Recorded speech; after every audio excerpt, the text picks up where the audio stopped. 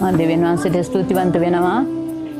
මේ ඇත්තටම මේ සහෝදරි අපිට මේ සචිනි කියලා තිබුණා මේ පණිවිඩේ එන්න කියලා.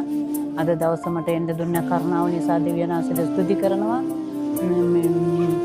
මොකද්ද ඒක කියන්නේ කඩුල්ල පැනීම කියන ගැන මම ගොඩාක්ම සතුටු වෙනවා සන්තෝෂ වෙනවා. මොකද මේ කාලය වෙන් කරගෙන අපේ දේවදාසී කාලය වෙන් කරගෙන අද දවස් ගොඩාක් වියදම් කරලා ඇති කියලා මට හිතෙනවා. දෙවියන් වහන්සේට ස්තුතිවන්ත වෙනවා. දෙවියන් වහන්සේ සියල්ල සපයන දෙවියන් වහන්සේ ඒ දේවදාසට ආශිර්වාද කරන්න කියලා යාගේ පවුලේ අයටත් ආශිර්වාද කරන්න කියලා අපි ගොඩාක් මේ අපේ දුක වේදනාව සියල්ල පහ වුණා මෙතන.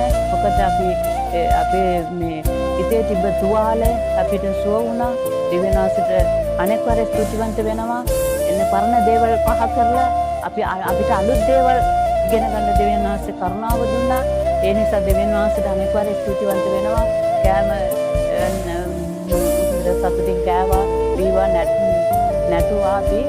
ඒ පමණක් නෙවෙයි අපි අර සෙල්ලමක් තිබුණා. ඒ සෙල්ලමේ අපි හේතුවක් තියෙනවා. මොකද අපි අර ඉනිමගේ නැගලා යනකොට හරි සතුටින් යනවා. සර්පයා කෑවට පස්සේ වැටෙනවා. ඒ වැටුණොත් තමයි මිනිස්සේ තව නැගිටලා එන්න පුළුවන්කම ලැබෙන්නේ කියලා මට ගොඩක් සතුටු වුණා.